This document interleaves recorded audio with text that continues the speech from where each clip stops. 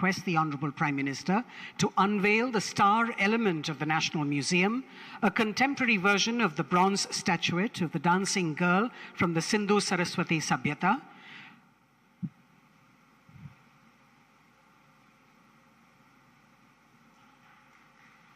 Prime Minister, sir, what you're seeing is a stylized and contemporarized life-size version inspired from the dancing girl to be the official mascot of the IME 2023. You can also interpret a contemporary version of the bronze as a modern-day Dwarpal or door guardian that ushers the audience into the experience of the International Museum Expo. This 5-foot wooden toy painted in Channapatna style highlights the importance of museum merchandise, souvenirs as a keepsake or takeaway, and helps in preserving museum memories. It also encourages more made-in-India merchandise and memorabilia, adding to the revenue earnings of our museum. It's also an aesthetic way to introduce ancient history to children and adults and make it attractive for them to learn more. We now have, Honorable Prime Minister, sir, the graphic novel, A Day at the Museum, an illustrative concept that explores the history, heritage, and culture of what goes on in a museum and introduces and familiarizes the younger generation to museums in a very engaging manner. Commissioned for the International Museum Expo, this graphic novel has been developed by the Amar Chitra Katha. The publication aims to awaken interest in school and college students about museums, not just as a space for infotainment, but also as a place for gainful employment. The graphic novel is also employed as a unique way to throw light on the manifold educational and career opportunities in museums, be it management, curation, conservation, digitization, photography, etc. We have both Hindi and English versions of the graphic novel for you. The Directory of Museums in India is another unique component of the Expo, styled as the Yellow Pages for the museums in India. This directory provides a census of more than 1,200 museums across the country with facade photos and details of the year of establishment, core collections, opening hours, and visitor amenities. It is noteworthy to recall that the last attempt to provide a comprehensive database was in 2013 by a non-government entity, and there has been no updation since. This is the government's first attempt at making data on museums in the country easily accessible to the public, with a push towards making museums living spaces rather than just repositories of a static collection. We now have the illustrated museum cards to complement the Directory of Indian Museums and also popularize these repositories of history and culture. These cards for ready reference have also been designed. Each set consists of 52 cards and has been illustrated by hand with museum facades of iconic museums from India. This initiative is another way to introduce Indian museums to audiences at home and abroad, highlighting the vast number of cultural institutions. Each card has brief information about a particular museum, acting not only as an informal educational tool, but also as a keepsake souvenir.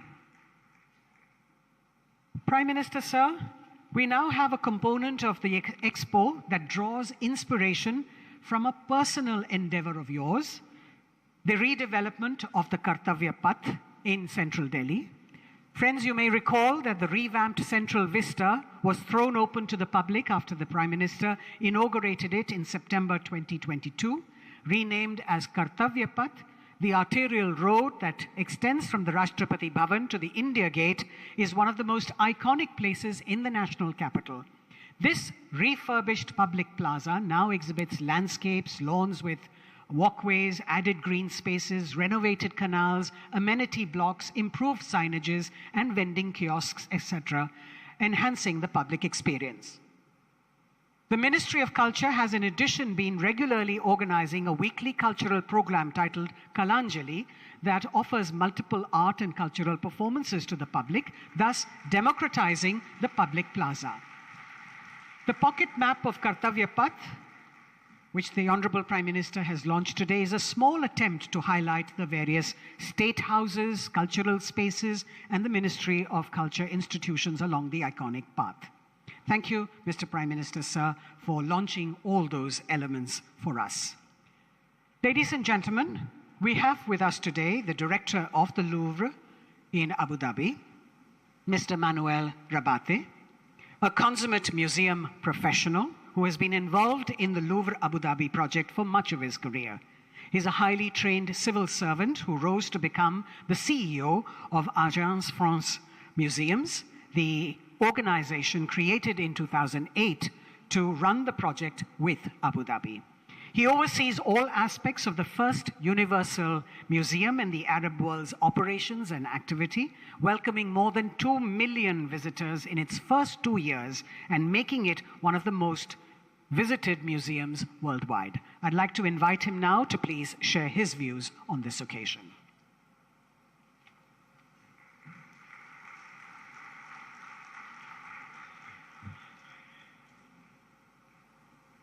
Namaste, Sabalrer, bonjour, good morning. For those who need translation, thanks to my accent, you will be able to mix channel 1 and channel 2 at the same time, French and English. Your Excellencies, honorable delegates, ladies and gentlemen, it is with great honor and gratitude that I stand in front of you today at the International Museum Expo 2023 in New Delhi.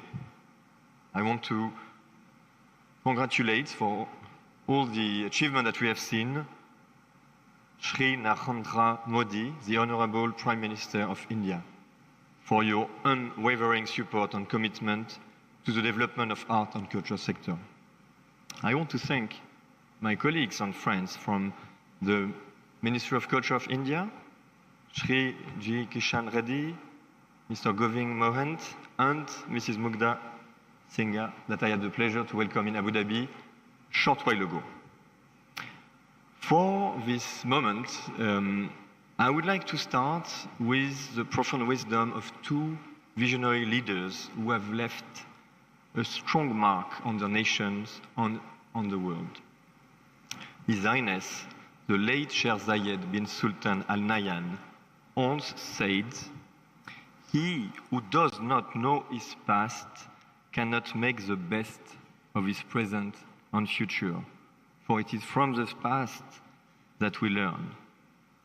Closer to you, closer to here, Mahatma Gandhi also stated, "The future depends on what you do today." The teaching of both these exemplary leaders encourage us to take responsibility for our action, to create positive change, and to build a better future for the generation to come. Today, as we gather in this expo, at the crossroads of culture, we witness the power of art and culture in bridging divides and transcending boundaries.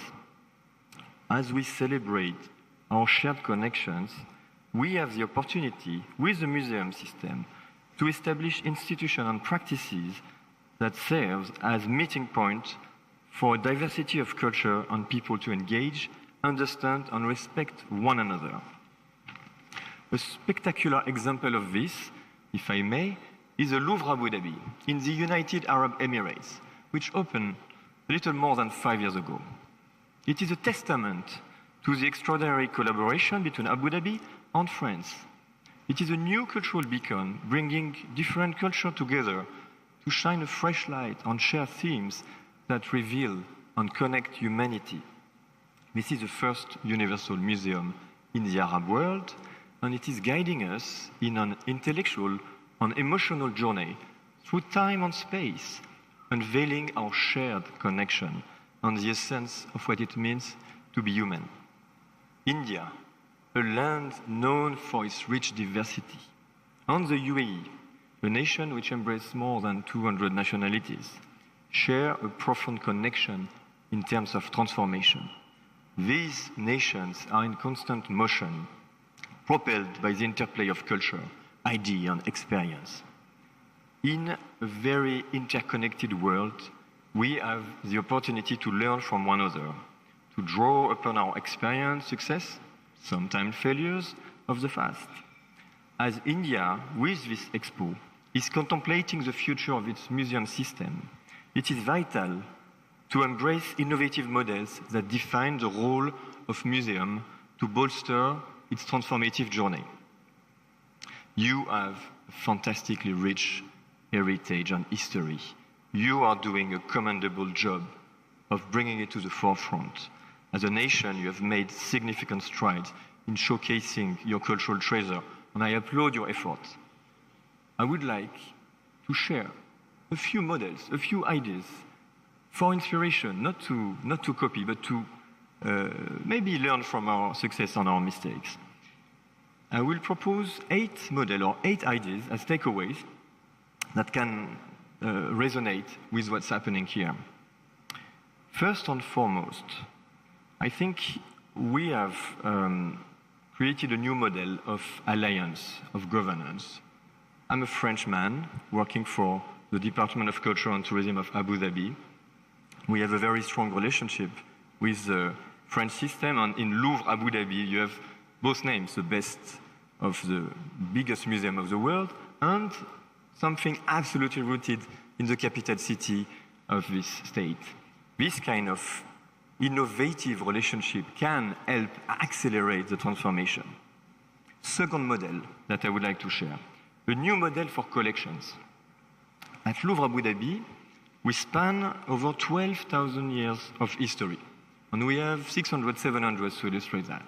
These artworks are actually coming for a good part from the French collection. The other part is what is developed and acquired in Abu Dhabi as a national collection. But we also have ambassadors' objects from different countries, from Jordan, from Saudi, from the Philippines, from South Korea, I hope one day from India. And we have invented a model through this ambassador object of semi-permanent, of museum always evolving, of shared collection, which I think is the future of presenting artifacts to the world. Third model, traveling exhibitions.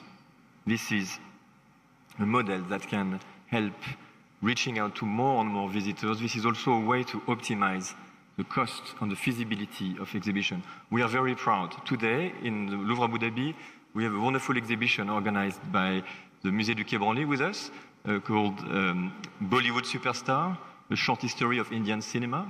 I encourage you to come and see. After telling the long storytelling of India, from the Ramayana to the Mahabharata up to the Bollywood phenomenon, this exhibition, which is touching the heart of the people in Abu Dhabi, will go to Paris in the Musée du Quai Branly, which is another way of optimizing the way we do exhibition. Fourth model, the economic development. The museums are part of the economic fabric.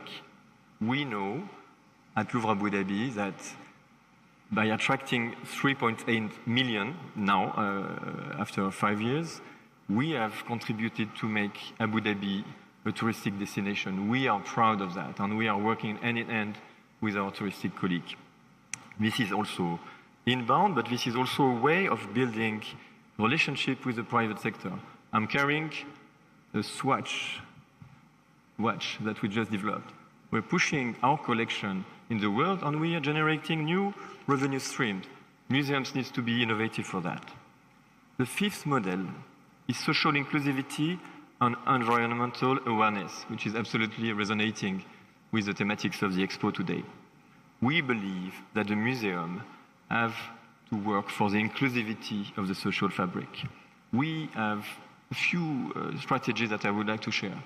We invited the elder Emirati to come to the museum, to tell story, to re-engage and to appropriate the space and the collection. We are conscious that there is a financial barrier to come to the museum. We invited the taxi driver to come with 3 persons, again, giving them the pride of opening the museum and bringing people for free inside. We're also working very hard to bring the people of determination inside the museum and to find ways of reaching out. A universal museum has to be universally accessible, and I can only congratulate you for having the translation in sign language, because we need to do the extra steps to be inclusive. Similarly, as a museum open to the sea and to the environment, we are places where sustainability has to be taken seriously and has to be thought. You can see the sea. I'm very proud of our turtle rehabilitation project, and the museum are places where we have to work. 6 model: mindfulness, kindness. After these years of COVID, the museums are places where we can learn to be together again, and we can enjoy, we can meditate.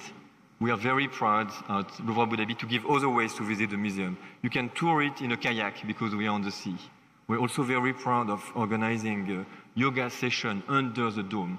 You can meditate, and with the Indian Embassy in Abu Dhabi, we organize a yoga day under the dome. Beautiful moment of using the strength of Jean Nouvel's building to give a little bit of solace. 7 model: education and new ways of doing it. We are very proud of our children museum, in which we're putting real artworks, masterpieces at the level of the children, and we play on gamification. We need to fight with the world of digital screens. We can play with it, but we're making games that the kids are winning only if they look at the artworks. We want to educate the gaze. Finally, and maybe the most important at the end of the day, the model of the focus on the staff development.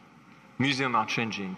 We need to accompany this transformation with the ambition, with the number of museums that you have, with the number of museums that you are opening and changing. It's very important to invest in the transformation of the staff. And this is something which is for us at the core. We are creating a new generation of Emirati museum professionals, and we also would like to be the pole of excellence on training regionally. Well, these 8 ideas are just to share, not to copy, but to take as a gift, to be there with you.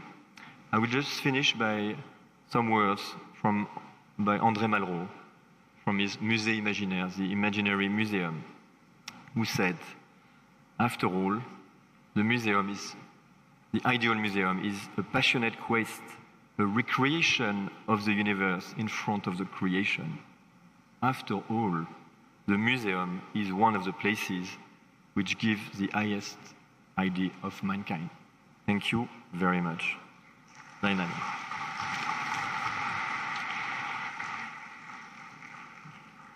Thank you very much, Mr. Rabate. Honorable Prime Minister, sir, as part of the redevelopment of the Central Vista and as an aspirational undertaking, the Government of India has been working as per the Prime Minister's vision for the creation of the National Museum for the country, representing the over 5,000-year history. This museum is not just contemporary, but is futuristic, participatory, and using state-of-the-art new and emerging technologies in keeping with the times. All these efforts are in alignment with the Honorable Prime Minister's central thought of dedicating it to the people of the country and making it truly representative of the role that they play in making the nation. Named Yuge Yugin Bharat, which translates in English as Timeless, Eternal India, the new museum will depict the story of India's rich civilizational culture of more than 5,000. सबसे लंबी tunnel है। इसी भारत देश में बनने जा रहा है विश्व का सबसे बड़ा संग्रहालय, युगे युगीन भारत राष्ट्रीय संग्रहालय।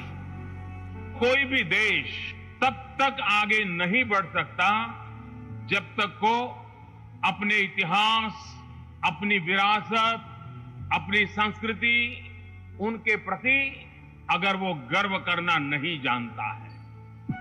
इस संग्रहालय में संकलित है हमारी युगों पुरानी गाथा। कौन थे हमारे पूर्वज जिन्होंने इस प्राचीन संस्कृति की नींव रखी, जिनके मार्गदर्शन में वैभवशाली सभ्यता का विकास हुआ, जिनके संरक्षण में ज्ञान विज्ञान की अतुल संपदा विकसित हुई। और जिन्होंने भारतीय स्वतंत्रता संग्राम का इतिहास रचा। भारत का यह बेजोड़ संग्रहालय बनकर तैयार हो रहा है 1,17,000 वर्ग मीटर के विस्तार में। इस ऐतिहासिक धरोहर के दोनों खंडों के 950 कक्षों में संकलित की जा रही है लगभग 5,000 वर्ष पुरानी भारत की अतुल सांस्कृतिक ज्ञान संपदा। क्या आप जानते हैं, युगों पहले हमारे पूर्वजों को मिश्रित धातु के निर्माण का ज्ञान था। प्राचीन भारतीय धातु विज्ञान के प्रतीक रूप ऐसे ही एक द्वार से प्रवेश करके आरंभ करते हैं भारत खंड की अभूतपूर्व यात्रा। पहुंचते हैं भारतवर्ष की प्राचीन समृद्ध परंपराओं के संसार में।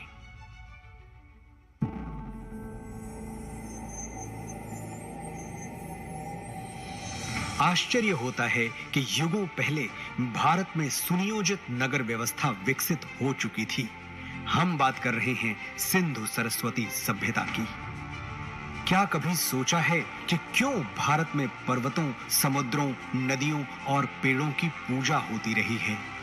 क्योंकि हजारों साल पहले भी हमारे विद्वान जानते थे कि जिन पंच तत्वों से सृष्टि का निर्माण हुआ, उन्हीं से सभी प्राणियों की रचना हुई।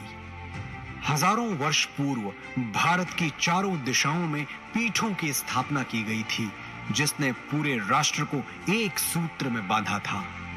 वेदों, उपनिषदों में केवल आध्यात्मिक ही नहीं, राजनैतिक, सामाजिक, आर्थिक, ज्योतिष और विज्ञान जैसे सभी क्षेत्रों का ज्ञान समाहित है। यही नहीं, ऋग्वेद में त्वचा रोग विशेषज्ञ विदुषी अपाला का वर्णन मिलता है।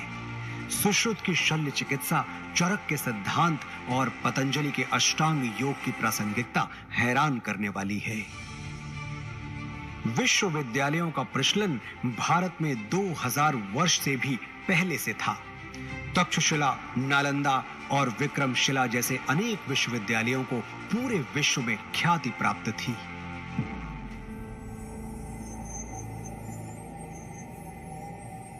वैभवशाली मौर्य साम्राज्य के उत्थान और विस्तार के साथ ही यहां सातवाहन, पल्लव और कुषाण, गुप्त वंश का स्वर्णिम काल, राष्ट्रकूट, चालुक्य, चेर, पांड्य वंशों और कश्मीर आदि के शासकों की गौरव गाथाएं संकलित हैं। सोने की चिड़िया भारत का वैभवशाली गुप्त वंश हो या दक्षिण भारत के चोल, चेर, पांड्य वंश, सभी के व्यापारिक संबंध पश्चिम में मिस्र, ग्रीस और रोम तक फैले थे।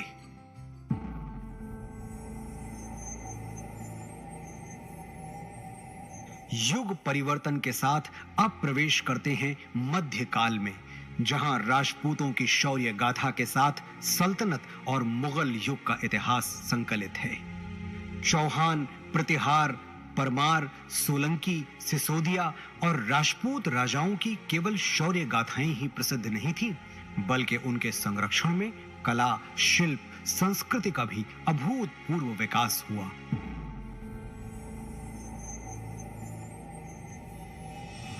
राजपूतों, मराठों और मुगल शासकों के ही युग में उत्तर पूर्वी भारत में अहोम शासन और दक्षिण में विजयनगर साम्राज्य का समृद्ध वास्तुशिल्प देखते हुए होयसल, यादव, मराठा शासकों का इतिहास देखते हुए अगले पड़ाव की ओर बढ़ते हैं।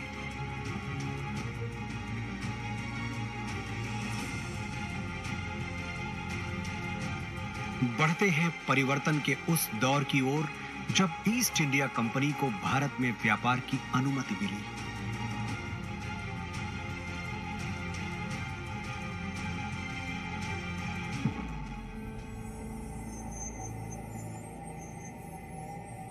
पांचवें जोन में देखिए कैसे प्लासी और बक्सर की लड़ाइयों के साथ शुरू हुआ औपनिवेशिक शासन का विस्तार। 1760 से ही देश के सन्यासियों और फकीरों ने ब्रिटिश ईस्ट इंडिया कंपनी से आजादी पाने के लिए ऐसा मोर्चा संभाला जिसे कंपनी 40 साल तक दबा नहीं सकी। और 1857 के प्रथम स्वतंत्रता संग्राम के बाद हर वर्ग के लोग अपने अपने ढंग से आजादी की लड़ाई में आहुति देने उतर पड़े। लगभग 2 शताब्दी लंबे भारत के स्वाधीनता संग्राम की गाथाएं यहां संकलित हैं।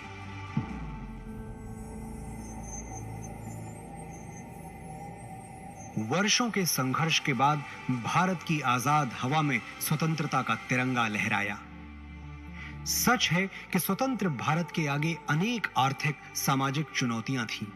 हर चुनौती को पार करने के लिए, सशक्त राष्ट्र का निर्माण करने के लिए स्वतंत्र भारत ने फिर से राष्ट्र को संप्रभु लोकतांत्रिक गणराज्य बनाया।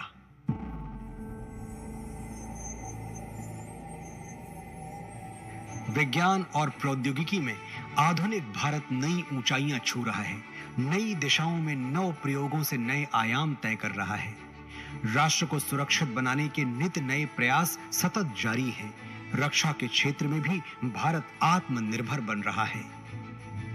अंतरिक्ष विज्ञान में ऊंची उड़ान, दिन प्रतिदिन बढ़ता डिजिटल संसार, चिकित्सा के क्षेत्र में अद्वितीय योगदान, दिनों दिन होता आर्थिक व्यापारिक विस्तार, शिक्षा का उत्थान प्रसार इस जोन के अन्य कक्षों में क्रमशः संकलित है।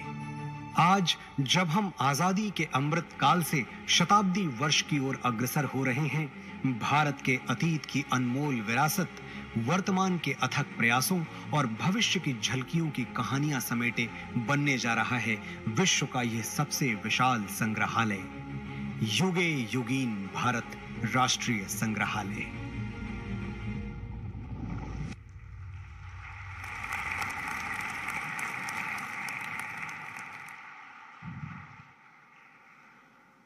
May I now request the Honorable Prime Minister of India, Shri Narendra Modi ji, to please address the august gathering.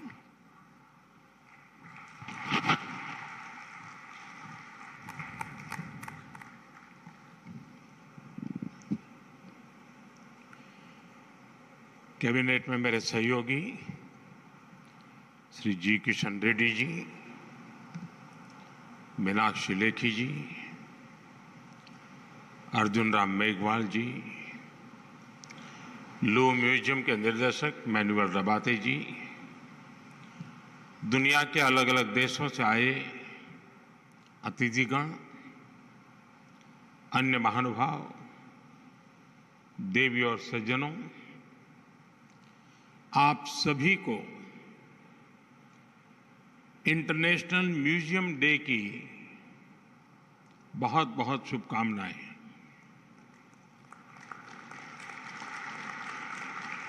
आज यहां म्यूजियम वर्ल्ड के दिग्गज जुटे हुए हैं। आज का ये अवसर इसलिए भी खास है क्योंकि भारत आज का ये अवसर अपनी आजादी के 75 वर्ष पूरे होने के उपलक्ष्य में अमृत महोत्सव मना रहा है। इंटरनेशनल म्यूजियम एक्सपो में भी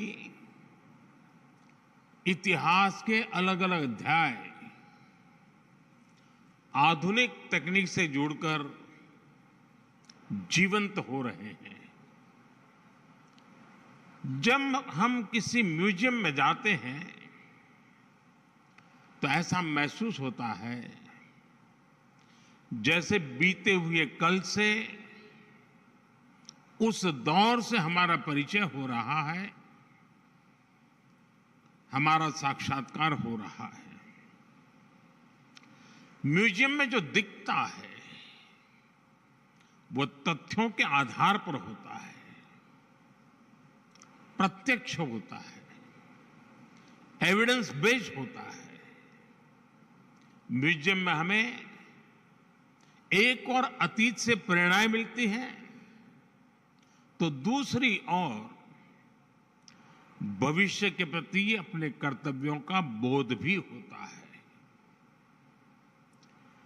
आपकी जो थीम है सस्टेनेबिलिटी एंड वेलबींग, वो आज के विश्व की प्राथमिकताओं को हाईलाइट करती हैं और इस आयोजन को और ज्यादा प्रासंगिक बनाती है। मुझे विश्वास है आपके प्रयास संग्रहालयों में युवा पीढ़ी की रुचि को और बढ़ाएंगे उन्हें हमारी धरोहरों से परिचित कराएंगे। मैं आप सभी का इन प्रयासों के लिए अभिनंदन करता हूं। यहां आने से पहले मुझे कुछ पल म्यूजियम में बताने का अवसर मिला।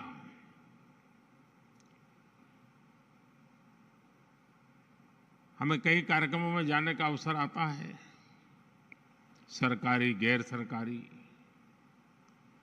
लेकिन मैं कह सकता हूं कि मन पर प्रभाव पैदा करने वाला पूरा प्लानिंग, उसका एग्जीक्यूशन, और सरकार भी इस ऊंचाई के काम कर सकती है जिसके लिए बहुत गर्व होता है, वैसी व्यवस्था। और मैं मानता हूं कि आज का ये अवसर भारत के म्यूजियम की दुनिया में एक बहुत बड़ा टर्निंग पॉइंट लेकर के आएगा, ऐसा मेरा पक्का विश्वास है। साथियों, गुलामी के सैकड़ों वर्षों के लंबे कालखंड ने भारत का एक नुकसान ये भी किया कि हमारी लिखित अलिखित बहुत सारी धरोहर नष्ट कर दी गई। कितनी ही पांडुलिपियां, कितने ही पुस्तकालय गुलामी के कालखंड में जला दिए गए, तबाह कर दिए गए। ये सिर्फ भारत का नुकसान नहीं हुआ है, ये पूरी दुनिया का, पूरी मानव जात का नुकसान हुआ है। दुर्भाग्य से आजादी के बाद अपनी धरोहरों को संरक्षित करने के जो प्रयास होने चाहिए थे, वो उतने हो नहीं पाए। लोगों में धरोहरों के प्रति जागरूकता की कमी ने इस क्षति को और ज्यादा बढ़ा दिया, और इसलिए आजादी के अमृतकाल में भारत ने जिन पंच प्राणों की घोषणा की है, उनमें प्रमुख है अपनी विरासत पर गर्व। अमृत महोत्सव में हम भारत की धरोहरों को संरक्षित करने के साथ ही नया कल्चरल इंफ्रास्ट्रक्चर भी बना रहे हैं। देश के इन प्रयासों में स्वतंत्रता संग्राम का इतिहास भी है और हजारों वर्षों की सांस्कृतिक विरासत भी है। मुझे बताया गया है कि आपने इस आयोजन में लोकल और रूरल म्यूजियम पर विशेष महत्व दिया है। भारत सरकार भी लोकल और रूरल म्यूजियम को संरक्षित करने के लिए एक विशेष अभियान चला रही है। हमारे हर राज्य, हर क्षेत्र और हर समाज के इतिहास को संरक्षित करने के प्रयास किए जा रहे हैं। हम स्वाधीनता संग्राम में अपनी ट्राइबल कम्युनिटी के योगदान को अमर बनाने के लिए 10 विशेष म्यूजियम्स भी बना रहे हैं। मैं समझता हूं कि पूरे विश्व में एक ऐसी अनूठी पहल है जिसमें ट्राइबल डाइवर्सिटी की इतनी व्यापक झलक दिखने वाली है। नमक सत्याग्रह के दौरान महात्मा गांधी जिस पथ पर चले थे, उस दांडी पथ को भी संरक्षित किया गया है। जिस स्थान पर गांधी जी ने नमक कानून तोड़ा था, वहां आज एक भव्य मेमोरियल बना हुआ है। आज देश और दुनिया से लोग दांडी कुटीर देखने गांधीनगर आते हैं। हमारे संविधान के मुख्य शिल्पी बाबा साहब आंबेडकर का जहां महापरिनिर्वाण हुआ, वो स्थान दशकों से बदहाल था। हमारी सरकार ने इस स्थान को दिल्ली में 5 अलीपुर रोड को नेशनल मेमोरियल में परिवर्तित किया है।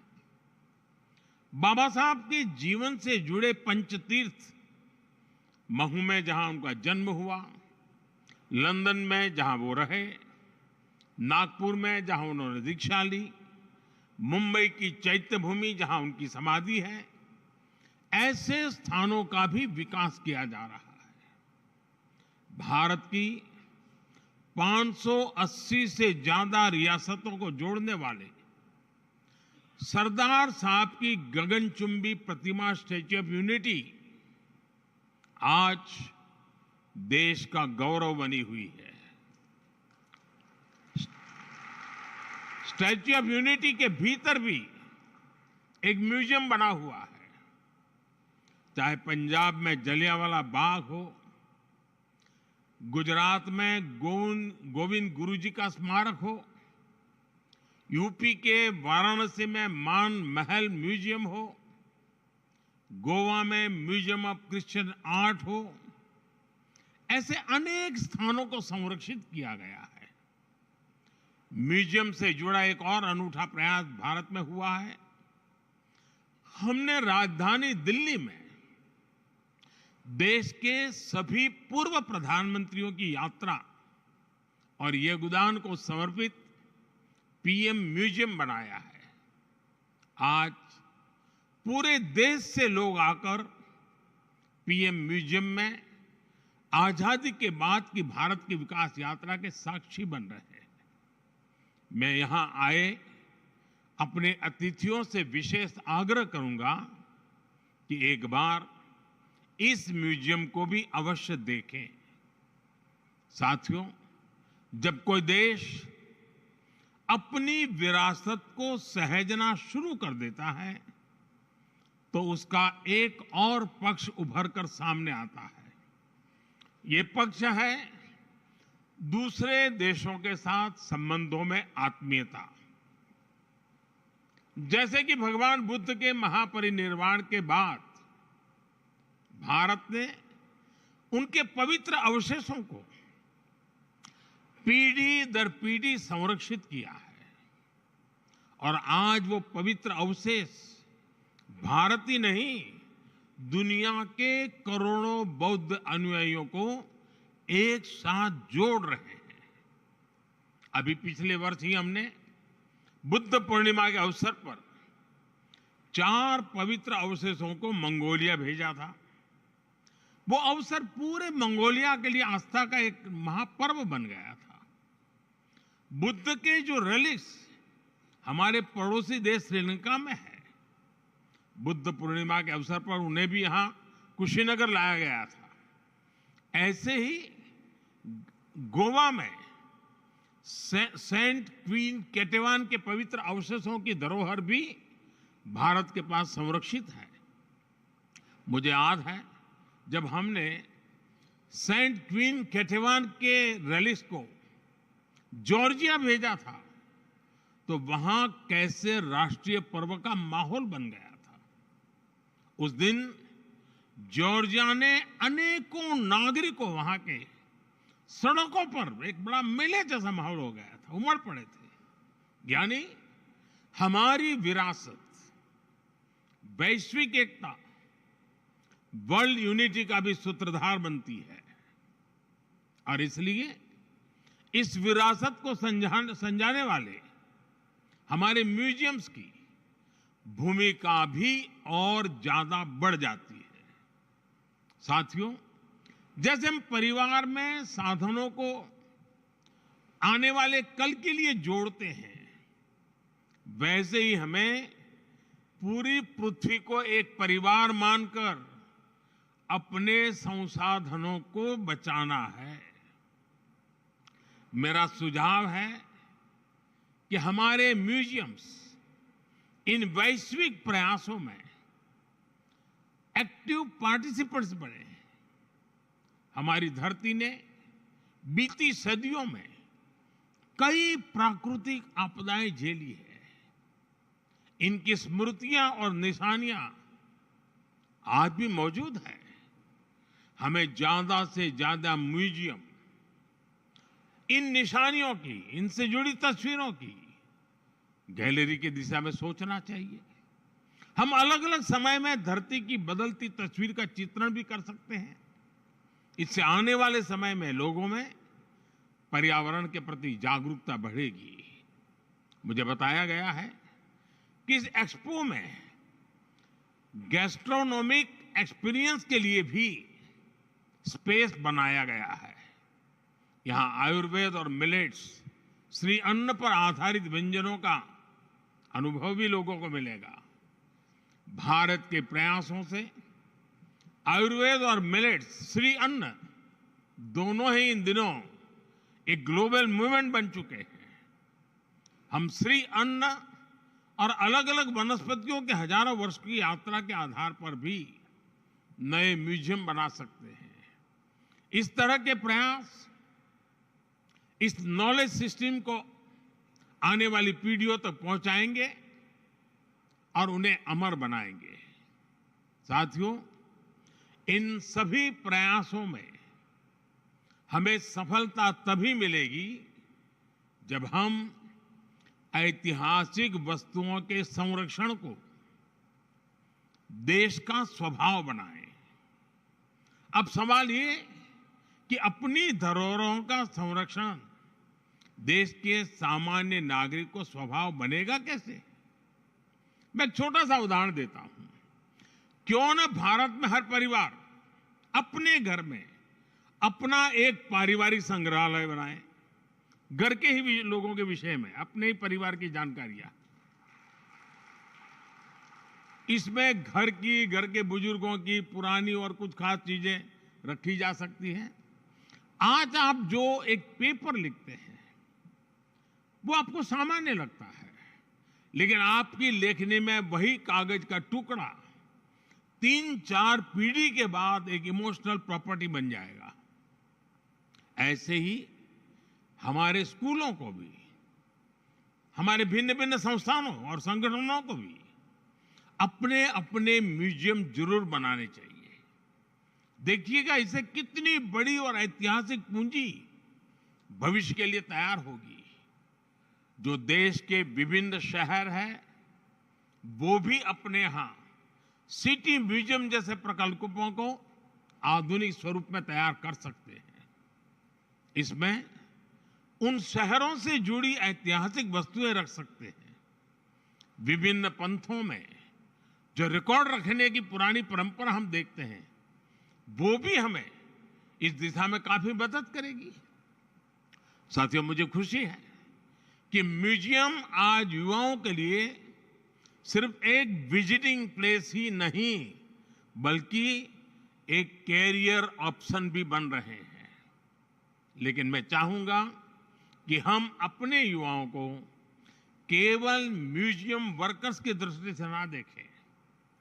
हिस्ट्री और आर्किटेक्चर जैसे विषयों से जुड़े ये युवा ग्लोबल कल्चरल एक्शन के मीडियम बन सकते हैं। ये युवा दूसरे देशों में जा सकते हैं, वहां के युवाओं से दुनिया के अलग कल्चर के बारे में सीख सकते हैं, भारत के कल्चर के बारे में उन्हें बता सकते हैं। इनका अनुभव और अतीत से जुड़ाव अपने देश की विरासत के संरक्षण के लिए बहुत ही प्रभावी सिद्ध होगा। साथियों, आज जब हम साझी विरासत की बात कर रहे हैं तो मैं एक साझी चुनौती का भी जिक्र करना चाहता हूं। ये चुनौती है कलाकृतियों की तस्करी और एप्रोप्रिएशन। भारत जैसे प्राचीन संस्कृति वाले देश सैकड़ों वर्ष से इसे जूझ रहे हैं। आजादी के पहले और आजादी के बाद भी हमारे देश से अनेकों कलाकृतियां अनएथिकल तरीके से बाहर ले जाई गई। हमें इस तरह के अपराध को रोकने के लिए मिलकर काम करना होगा। मुझे खुशी है कि आज दुनिया भर में भारत की बढ़ती साख के बीच अब विभिन्न देश भारत को उसकी धरोहर लौटाने लगे हैं। बनारस से चोरी हुई मां अन्नपूर्णा की मूर्ति हो, गुजरात से चोरी हुई महिषासुर मर्दिनी की प्रतिमा हो, चोल साम्राज्य के दौरान निर्मित नटराज की प्रतिमाएं हो, गुरु गोविंद सिंह जी के नाम से सुशोभित तलवार हो, पिछले 9 साल में ही करीब 240 प्राचीन कलाकृतियों को भारत वापस लाया गया है। जबकि उसके पहले कई दशकों तक ये संख्या 20 भी नहीं पहुंची थी। इन 9 वर्षों में भारत से सांस्कृतिक कलाकृतियों की तस्करी भी काफी कम हुई है। मेरा दुनिया भर के कला पारखियों से आग्रह है, विशेषकर म्यूजियम से जुड़े लोगों से अपील है कि इस क्षेत्र में सहयोग को और बढ़ाएं। किसी भी देश के किसी भी म्यूजियम में कोई ऐसी कलाकृति नहीं हो जो अनएथिकल तरीके से वहां पहुंची हो। हमें सभी म्यूजियम्स के लिए इसे एक मोरल कमिटमेंट बनाना चाहिए। साथियों, मुझे विश्वास है हम अतीत से जुड़े रहकर भविष्य के लिए नए आइडियाज पर इसी तरह काम करते रहेंगे। हम विरासत को सहेजेंगे भी और नई विरासत का निर्माण भी करेंगे। इसी कामना के साथ आप सभी का हृदय से बहुत बहुत धन्यवाद।